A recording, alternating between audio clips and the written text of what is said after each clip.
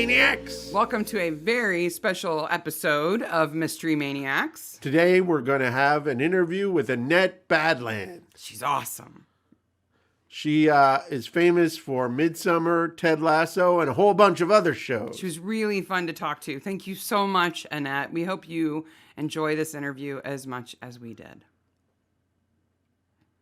I can't say how excited we are to talk to you. When your character was brand new on Midsummer, I don't know when I was so excited to see you particularly on Midsummer because I have been a fan of yours for so long. You are so inspiring to me. Absolutely. I think that I've been watching you for my entire life. I've realized we watched Jabberwocky in high school. We saw that movie out. And also, we were big John Hurt fans in high school. And so I saw that Quentin Crisp movie that you were in with him in a very small part, your first credit. I know I've seen that movie as well. Yes. Yeah. First thing I did. I think one of the most inspiring things about you for me is all of the unconventional roles you've played. You've never felt pressured to fit into that box of what an actress is supposed to look like and the roles that you're supposed to play. The fact that you played a female sumo wrestler just blows my mind. And won. Where did you find the confidence to do that? Is that something you've always had, or did you have a mentor that helped you, or? No, I thought it was worth saying what the film was saying about women and their bodies, and getting on and living your life was very important. And the character was such that she was, she ran a factory and she had power, and she saw other women who were less than they could be because they were afraid of how they looked or where they came from. And she just decided, this was a really positive and strong. And it wasn't just the fighting, which we did do with a proper male sumo wrestling troupe from Japan that they brought across from Japan. But just their entire, she wanted to help with their entire lives, and it was all the background to the meditative stuff, and it gave them some spirit and strength. So I felt I could get behind that and believe in it, and I didn't come in the proper shaped box for anything really, for society. And I was hurt a lot when I was young, teased and all the rest of it, but just wanted to I was who I was. And, it didn't mean I couldn't dance and I couldn't do all sorts of things. I'd get up to all kinds of nonsense and things. So I just carried on. And if I can help other people realize that as well. And it does give me very interesting roles. I'm not just churning out virtually the same character all the time, which often people do. So my stuff has been really varied, and I love research. If I'm doing something, a period piece, or a real person, I did Gertrude Stein. I just adore all the research that goes into it and investigating their lives. So I'm well placed in Midsummer Murders, really, aren't I? Those blooming the detectives can't solve the crime. I have to solve them all.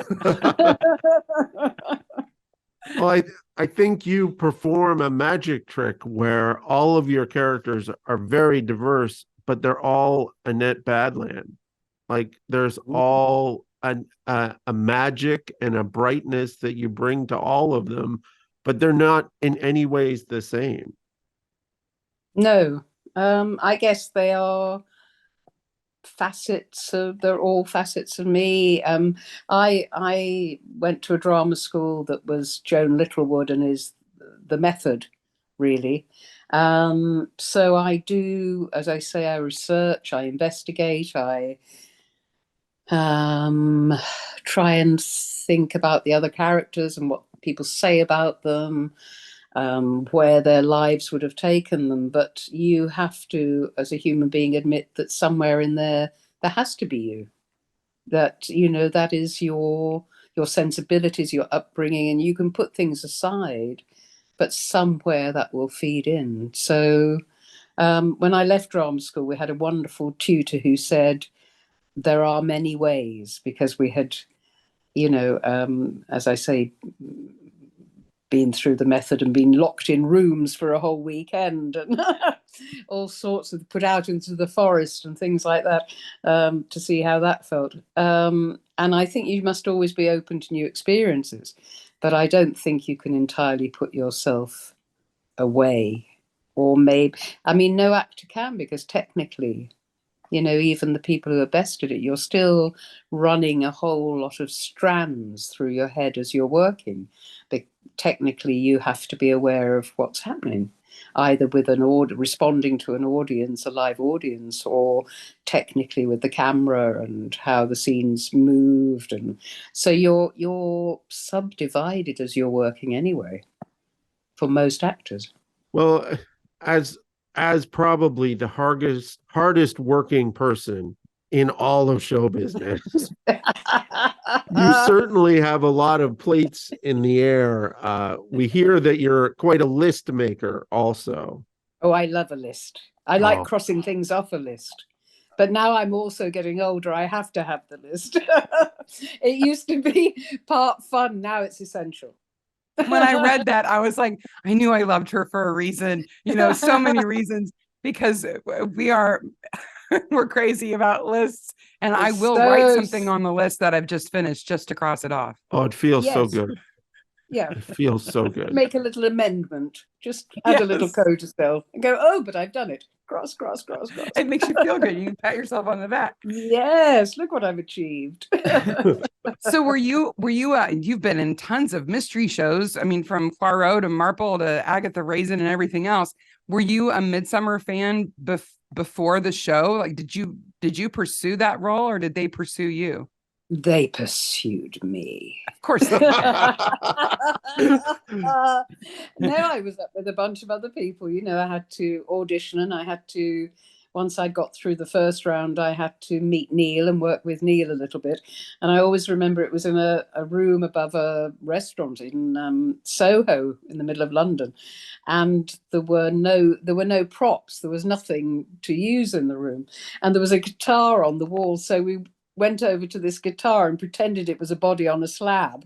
And the scene was talking about, suddenly the top became its head, and the body was the person's body. And so that was fun. And Neil and I got on. I don't know why, because he's absolutely humorless. There's no fun to be had with Neil Dudgeon. I get that from his interviews. He seems like a very friendly person, but not really, not a slap happy person, not a frivolous person. No, he's not. He's a wonderful leader, because he's very diligent, cares very much about the scripts. So does an awful lot of work, not just for his own part, but for the entire script, and really is very dedicated and diligent. And then I bundle in, and I'm naughty.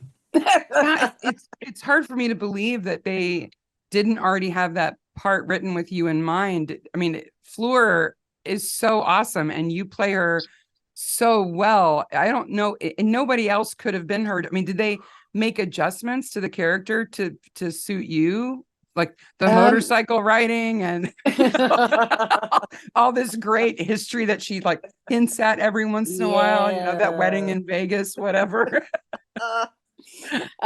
It's just glorious stuff, because I don't know what they're going to come up with next.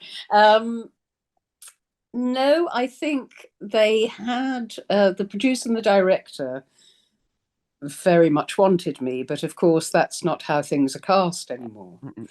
So I just had to jump the hoop with everybody else. But Guy, who was producing at the time, had previously, one day the person playing the pathologist was ill themselves and couldn't turn up. And they thought, oh God, how are we going to do this? And then someone said, oh, it could come through on a fax machine. The things could come through on a fax machine. And Guy said, I wanted a character that couldn't be replaced by a fax machine. Yeah. Fleur cannot be replaced by him. That's definitely Fleur. So one of the things we always look at in the episodes, because we watch the episodes far closer than anybody else does, is we have a segment that we call Best Corpse, because there's a number of corpses in Midsummer, and we are always singing the praises of the actors who are doing the corpse acting, because that is a different kind of acting. Oh, and And hard. Yeah. They worry about it, not breathing, and where the director's usually very good about saying, look, I'm not going to be coming to you until this point in the scene, then we'll go off somewhere else and don't worry. But yes, hard. I mean, you talked about me in the Miss Marple, hanging on, being pegged to a line in the middle of the night in the winter, terrified of breathing. You just think, oh gosh, I have to get through this. Well, and in the So, wintertime, they would have seen your breath, right? yeah. And they didn't have Exactly. CGI back in the 80s when that No, they didn't. was They made. couldn't be painting anything out. So actors are really concerned about that. We try and be as gentle and fast as we can be, so they can get through it. well, we're always in awe of the work they do, especially people in water and things like that. Like that is some amazing body control that they're doing at that point. Yeah. Yes. And as the coroner, you get to be closer to the corpses than any other character. Yeah, I don't tease them very much. I try and look after them. Very much. I do try and sort of, if you're covering someone up with a cloth all the time, or, people forget they start walking away. They just leave them, so I Well, always that must feel be kind of flattering to them, though, that everybody forgets their life. So Their you have characters. you have to wear a paper suit so much. Oh, my Smurf suit. I look like a little Smurf in it. Nick took a photograph the other day, and I looked like a little happy little garden gnome. We were out, and I was doing a thing for charity. I was recording something, and he didn't know what I was doing, and he was looking out of his caravan. He took a photograph of me on the grass with some water behind me, and he came out to me and said, "What are you doing?" But when he showed it to me, I said, "Oh, please, I need that. I look like a little garden gnome." You see a little hat, right? Yes, little pointy job. But it must be also kind of liberating to wear a paper suit. You don't have to worry too much about wardrobe. And if you mess it up, they can just give you another one, right? They're mean with those suits, I tell you. Oh, they're tight. And because I am not slinky, they have to be a bigger size of the legs of it. They have to take the legs up for me. But it means the waist is down around my thighs. It's all just a big mess. And they're not brilliant. They're, of course, designed for men and not women. So they have a much easier time than we do. If you want to go to the loo, you have to kind of virtually undress. And that means the mask has to, because the mask's around my neck and the hood and all of. So I try very hard not to. I need to go to the bathroom. Your tissue, there's no pocket. There are no pockets in them. I've often thought about that when I see you in those suits. I'm like, does she have to take all that off to eat lunch? Does she have to take all that off to go to the bathroom? Like, what a hassle it must be. Yeah. I mean, they are paper, right? So if they even get wet, it shows up, right? Yes. I could become papier-mâché.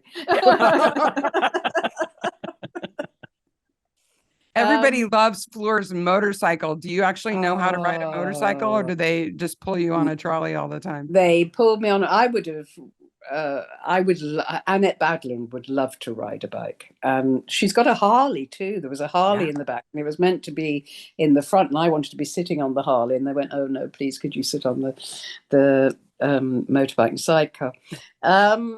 No, it's safety and everything. They have to kind of speed, and because Neil was in it too, we were attached to a truck, but they were going faster, and it was Neil that said, have we got enough takes now? Can we? Because he was very close to the floor. Meanwhile, Fleur is like, yeah. I don't think I can absolutely believe that you would ride a motorcycle. I read that you abseiled for charity. Yeah. You seem like you're willing to try anything once. Oh yes, the abseiling was hard. I said yes, but getting over the side is the hardest, or it was for me, actually. Just stepping over, that's the point. And I actually said, "Oh, I'm sorry, you might have a refuse, Nick. I don't know if I can do this." And the guy in charge just said, "Look, just know you're absolutely safe. Nothing is going to happen." And of course, I loved it once I'd got over the top and was jumping down the side and wanted to go straight back. But I think that's probably a very common story, kind of want to do that. Yeah, I would love to have had a bike, but I knew I'd kill myself. I'd be trying to do things I couldn't really Popping manage. weeds and stuff. There'd Yeah. be corners taken at 100 miles an hour, and that would be the end of it. She does have that wonderful black Jag convertible as well. I did get to drive that and rather enjoyed it. Nice. Yeah. So were you a fan of the show before? I know you'd worked on Bergerac, so you certainly would be aware of the show. And Yeah, I look like I'm stalking John Nettles. And I haven't quite caught up with there are a lot of people who do that. Well, and you missed him on the show anyway, right? So Yes, that's what I'm saying. I keep following him and he's never there. I watched it when I was younger. I hadn't watched it in the recent past, because it's very good drama. It not only, you've got everything. You've got very good actors who come on as the guests because they enjoy it, and it has such a reputation. It's well written. It has humor. It has wonderful countryside. So, I mean, it's addictive. And I certainly know through COVID, it was a lifeline for people. Lots of people went back to watching it. And it's comforting, but it is of good quality, or it wouldn't have, 25 years. I know we're on the 24th series and the 25th is next year, but it has been 25 years. So it would not have survived if people just didn't respond to those things. And there's always a quality, it's quality, it's well shot, it's like a film. yeah, you can watch an episode several times and it's good every time. Yeah. And we had a similar response with our community building through that period of the pandemic. Of it kept us sane with 4 children at home, as well as kept a lot of people said that they felt they weren't as alone listening to us talk about the show. Yeah. Because they would rewatch an episode and then listen to our podcast about that episode. And yeah, it was comforting to people. It certainly is to us too. But, and I know Ted Lasso is the same. Something else I'm in. Excuse me. I was with a chap the other day who said, during COVID, I just moved into a new flat. It was a 1, bedroom flat, very small. And all my friends had gone into bubbles, but I didn't seem to be in anybody's bubble. And Ted Lasso was my bubble every week. I felt I had friends and, could relate to people. So these programs are genuine. I think they are crucial to people as well, because there's an honesty and a sincerity in them. And the audience smell that. They know it comes from the right place. And as human beings, we respond to that, however much we like to be scared or worried about something, be it Midsummer. I mean, when I was little, we used to have Saturday morning cinema, and the Batman series. Whoa, and they were scary and dark. And there was one, it was all in caves, and it was Chinese men in dark suits chasing Batman. And I had terrible nightmares that night. And my mum said, "You're not going back." And I said, no, I want to go back. It's great. And I think it's the same thing. You kind of, you get addicted to that and you feel safe and amused. But it's truthful somewhere. It's got the right values or Ted Lasso is so uniquely positive. Oh, isn't it? It's wonderful. It's refreshingly positive, but not boring. No, and not schmaltzy, and Jason conceived of it way before COVID. And it's about all of us, isn't it? We all have foibles, we all have fears. And it goes, come on, we can, It's going to be okay. We can do this together. Yeah. We had not watched it, and I saw the scene where Ted's boss talks to him about divorce when she finally comes clean about basically trying to ruin his career, and the act of hugging her and the optimism showed in that scene. I was like, we have to watch this show. Yeah. And then there's Annette Badland. Like, oh, okay, get better. So you run a pub in that show. I do. I'm very different from Fleur. Yeah. May is a sassy girl as well. I mean, they both got spirit. Mm-hmm. And now, is sport something that you're into at all, or is this a new thing for you? It's a new thing for me. I used to support Manchester United, but only because of Georgie Best. It wasn't that I understood football. But then I worked in Manchester quite a bit for a while and took myself off. When I was younger, there was a lot of violence and I didn't want to go to matches anyway. But I thought, working in Manchester, I had to go to the ground and see them play. And I adored it. I thought everything I thought I'd be frightened of, and the chanting I found witty and glorious and was joining in. The spectacle, the gladiatorial element of it, and its beauty really kind of got to me. So I went back a few times whilst I was up there. But football hasn't really been a big part of I swim. Swimming's my thing. But now I've got the Lionesses to support. Yes. Hey, yes. We're hockey fans, and there are women hockey teams that we get to cheer for, and it's so fun, finally, to cheer for women athletes. And the game is different, but it's wonderful, and they're fantastic. So they're my team now. So when you film those pub scenes, do you all film all the scenes for one episode, like on the same day? Like, do you have to do cheering scenes and then sad scenes all the same day? Absolutely. Or alternate.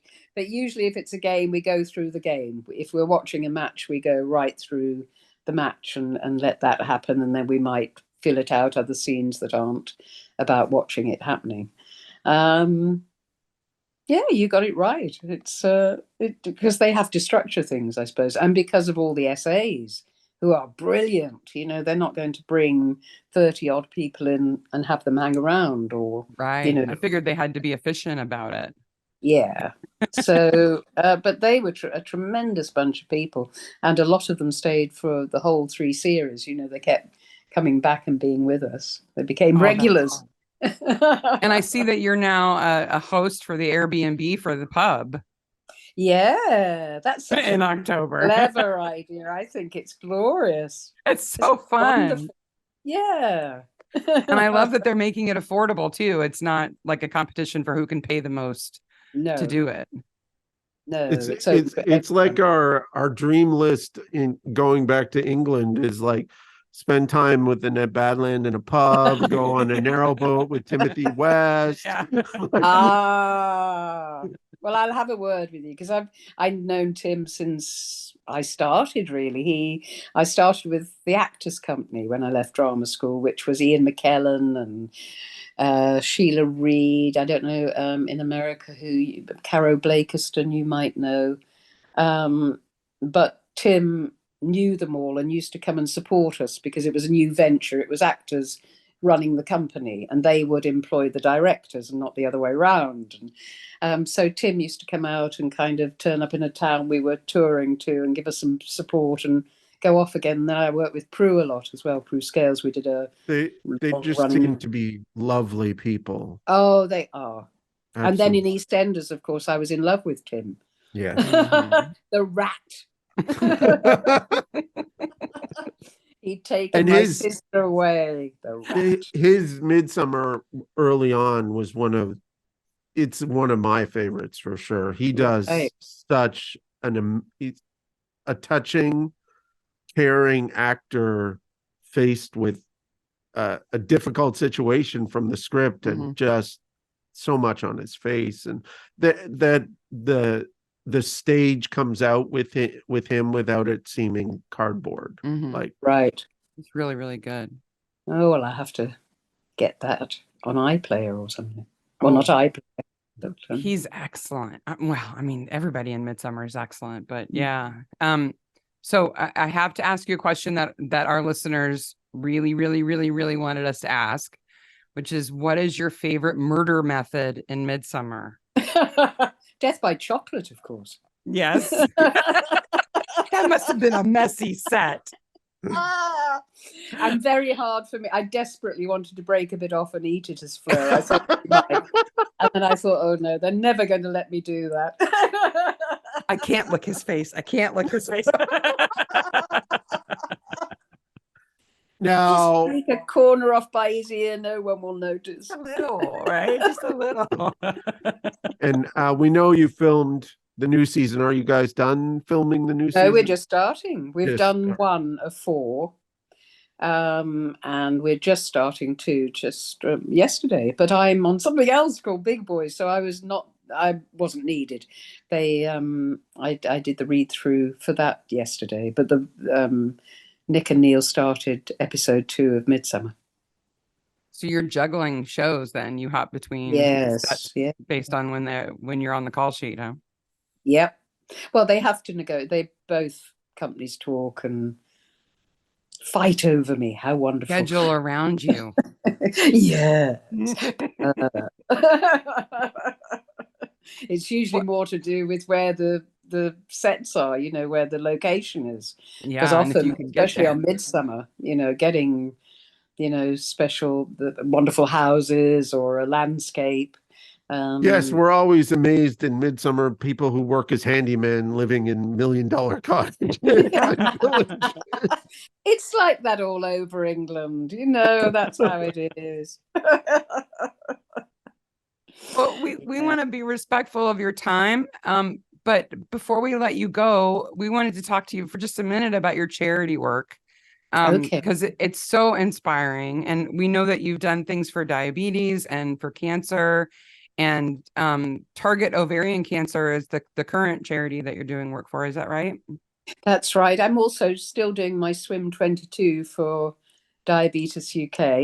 I wasn't going to do it this year, but I've decided to not swim the whole channel. I'm going to be floating about in the middle of it. I'm doing 11 miles for them. That's enough. Yes, it's enough. 11 miles is a lot.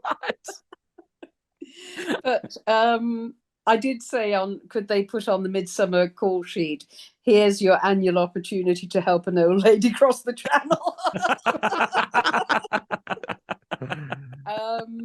But Target, it's a good social media story. I loved their posts. I thought they were energized and frank and truthful. And it's something that, it's a silent killer. It really is.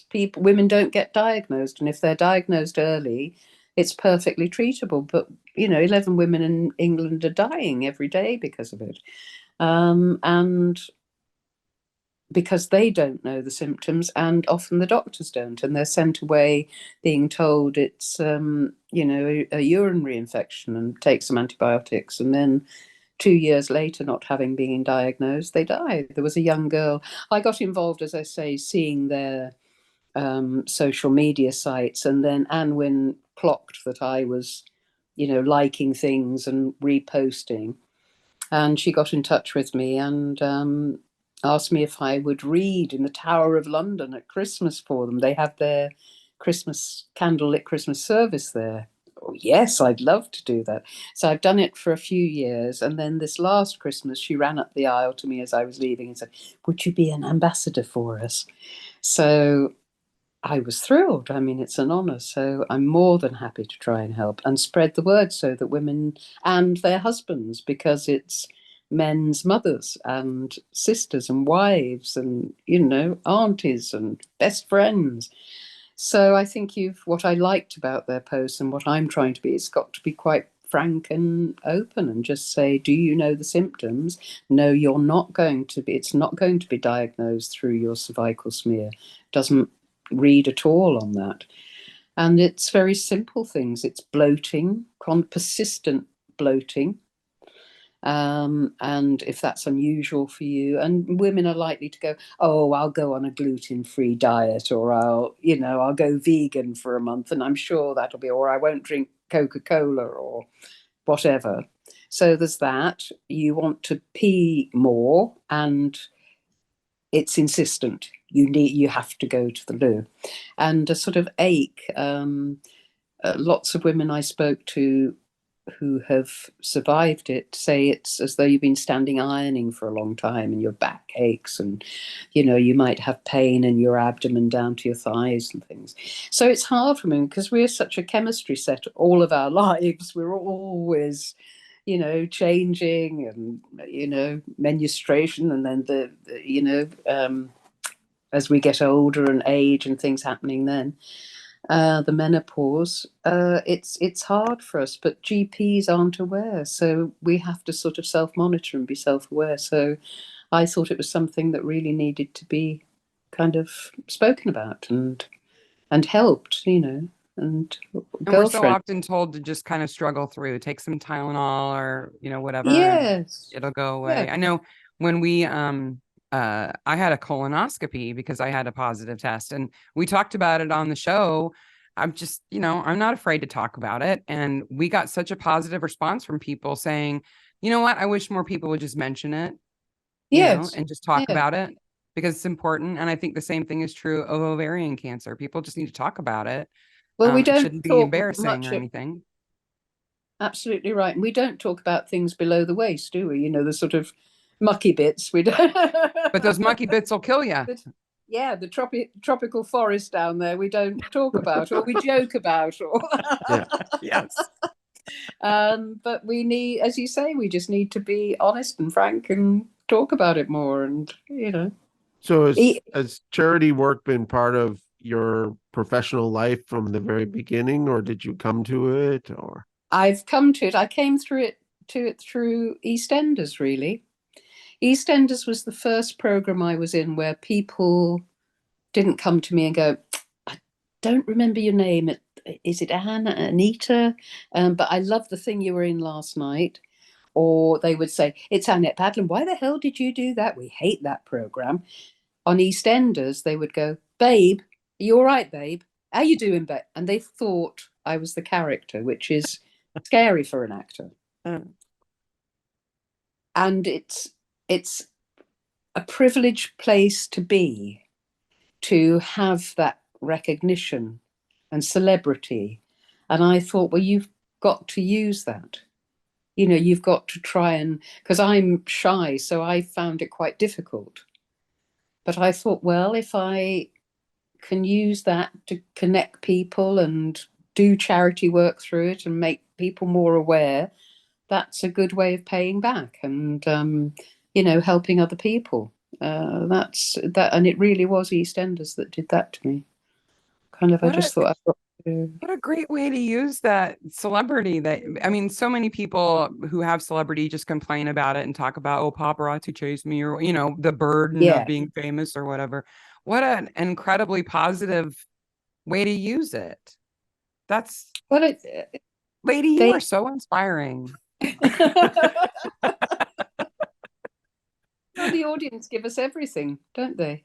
If they don't like you and you don't connect, so they are very important people in our lives. Mm-hmm. And it is, well, I found it frightening, kind of people coming up on the train, and I had death threats as babe because I wasn't a very pleasant character. Towards the end, I had a death threat and the police were involved, and you joke about that, but you don't really know what's going to happen. Wow.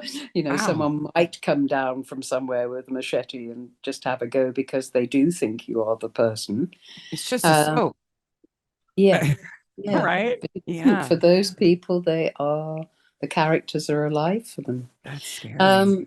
Yeah, but it was like the entire involvement with it was very different from anything I'd had before. And I just did think, well, what can you do to make this positive, as opposed to, there was one girl I was having a conversation with a close friend about another friend who was dying, and suddenly realized there was a girl walking backwards in front of us videoing us, a teenage girl. And I said, what are you doing? We're having a private conversation, and they just think they're taking part of you. So you can understand with great celebrity if that I'm very low grade. So if you've got that multiplied thousands of times, it is intrusive and worrying. And I could say, well, please don't do that. Just ask me. Just say, can I have your picture, or can I have a little video with you? And that's fine. But you are sort of stealing from me. You're kind of invading me and taking something away from me. But I really do think you can't.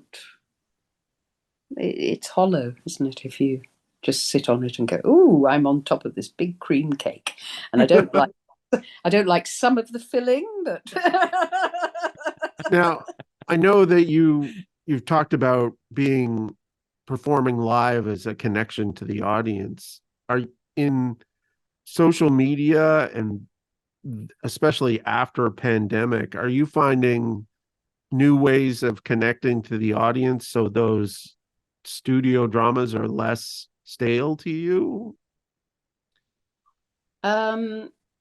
Yes. I mean, I do social media more than I ever did before. And I do get involved with people's personal stories. I tend to connect with people. And I'm on something called Cameo. So I get to do little, videos for people and make more laughter and try and keep them happy. And you wouldn't be here if you weren't willing to do that. No. No. If Mark hadn't been able to reach out to you and you weren't, Well, I'm willing to fearless. respond. I'll talk to everybody. I don't mind talking to anybody and asking any question to anybody, because the worst thing you can say is no, and I'm always respectful. So to me, then I'm doing the right stuff. Yeah. Yes. Like, if that person isn't saying no to me personally, that person's saying, no, I don't have time today, I don't have this. It's it we have really been pleased with our response to the podcast of over 55-year-old women in particular. That's the majority of our listeners. That's the Is it majority of our really? listeners. Yeah. And created community in a digital space where there wasn't community for those people before. Yes. And you have got to be a patron saint of all that. You are so fantastic. Well, I'm highly qualified. Yeah. But you do, as an older woman, get ignored as well. I mean, I know we're all barging into one another, watching, people looking at their phones all the time with their ear pods in, and they don't see you coming and just walk smack into you. But I know when I'm shopping, or I just get negated. So it's a whole part of society that, they think your time has passed. I mean, a funny story, I took myself off to Peru at the beginning of the year for about 2.5 weeks. And I had a driver on my last day. I very much wanted to see these things called the Nazca lines. Mhm. And when I went out, I hadn't heard that there was a revolution happening, because in England, we don't really get South American news very much. And so all the time I'd have to keep I wanted to go to Machu Picchu, but I'd had to keep changing my plans. And I did see Machu Picchu, but I'd book it and then I'd get a call and they'd say, oh, no, you can't. The train's not going there on Wednesday. You've got to do it on Monday. Or, oh, no, sorry, you can't go to Pisco. They've taken, Pisco. Or, oh, no, you can't go to Lake Titicaca because Puno's airport's been taken. So very last day, I'm flying out at night. I want to see the Azca lines, which are wonderful geoglyphs in the desert, and there's a hummingbird. I'm sure, being in America, you know much more about it. We hear very little. So got a driver down, and he had, at 6 o'clock in the morning, he arrives, and he has no English. I only have Spanish that's polite, you know. Please, thank you, good morning, goodbye. But thank goodness there's Translate on your phone. So all the way down, he would say Spanish into his phone, and then it would, you know, read out in English. And eventually we stopped at lunchtime, and he typed into his phone, "You have grandchildren?" And I said, "No, I don't. I don't have any grandchildren. I don't have children." Very strange face. That's not what women of my age, you know, where that gives us our status, to be a grandmother, to be someone nurturing. And then he typed a little bit, and he turned the phone to me, and it said, "Kittens?" Because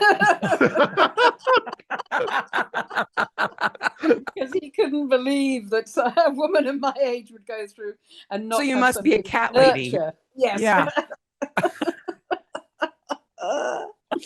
And I do nurture things, and I've had, you know, I've got a godson and everything, but it was just very funny. So I know that beyond 55, it's people don't Grandmother expect. or cat lady. Those are my options. I Yeah. can look forward to that. Okay. Yeah. It's no bad place to be, I have to tell you. I guess, yeah. Annette, thank you so much for joining us. No, my Our pleasure. audience is going to be out of their minds because they don't know about this yet. Okay. So this will be going out on the 8th of May, both audio and video on all of our Right. channels and everything. And I just want to, do you want to hear it or see it beforehand or anything like that? Oh, I'm okay. I'm Okay. okay. Okay. Awesome. It's my own fault if I've said something appalling. You have it. Well, I was telling poor Nick, our little story of our first interaction, we had no thought that the show even noticed us. We didn't think anybody from the Midsummer production crew would ever notice the podcast. Yeah. And I said Winters in a tweet, and Nick piped up right away and said, "It's winter." There's no S on the end. Like, he's paying attention. He corrected you. Had his little boy Rocco, so he doesn't do social media at the moment. He's not. Yeah. I don't think there's time. Yeah. Well, we had 4 children the same age. We understand no time. So Yeah, we have 4 kids who are all juniors in college right now. My goodness. So podcasting is a great break. Yeah. From everything else. it was a moment during the pandemic where we could say, no, we have to stay in here for 2 hours and not be bothered. Mm-hmm. Mm-hmm. Please go away now. And then you So wonder what all the noises were. So we will link to the charity and the show description and all that good stuff. We want to drive as many people And there Target as has possible. been very good with us. Yeah. So all of our merch sales for the first half of this year, we take all that money and whatever we make, and then we match it. Out of our We're own very pocket. fortunate people. So And we donate it. match it and then donate it to Target, and we'll make That's sure that wonderful. you get notified that we're doing that and all that good stuff. So that's Thank you. we're Thank we're you. only interested in helping people. We don't take sponsorships or Acorn. Acorn sponsored Yeah. us because Oh, great. Yeah, but that made sense. Yeah. that made sense. Yeah. So this has just been fantastic and the best part of the year so far. I can't believe we You got need to get talk. out of that cupboard. Maybe you should Stop get a hiding from the children. Thank you so much. It's been really fun talking to you. Yeah, absolutely. I'll have to do it again. Awesome. Anytime you want to talk to us, we will gladly talk to you. We'll take your call. Yeah. Promise. Okay. Enjoy the rest of your day. And no, I've got another charity. I'm going to learn to mix cocktails at the Oh. Ivy Club in the middle of town. Oh, that's I quite the always- hardship. Yeah, I know, it's awful. It's a tough one. The hard one is mixing them but not drinking them. Yeah. That is a real challenge. And gets more challenging if you do drink them, right? Yeah. It doesn't seem so at the time, but Well, tomorrow have could fun be and very thank you difficult. again. Thank you so much. Lots of love. Thank you. Bye-bye. Cheers. So there you go. There's our interview with Annette. That was amazing. I don't think we fangirled out too much, did we? Oh, I know. I was doing it inside. Don't forget to check out the charity, Target Ovarian Cancer, very important cause. You'll find the link down below. Remember that all of the proceeds from our merch go to that charity until The end of May. the end of May. So you don't have too much time. Go buy a t-shirt and give money to an important cause. Thanks again to Annette. Bye, Maniacs. Bye, Maniacs.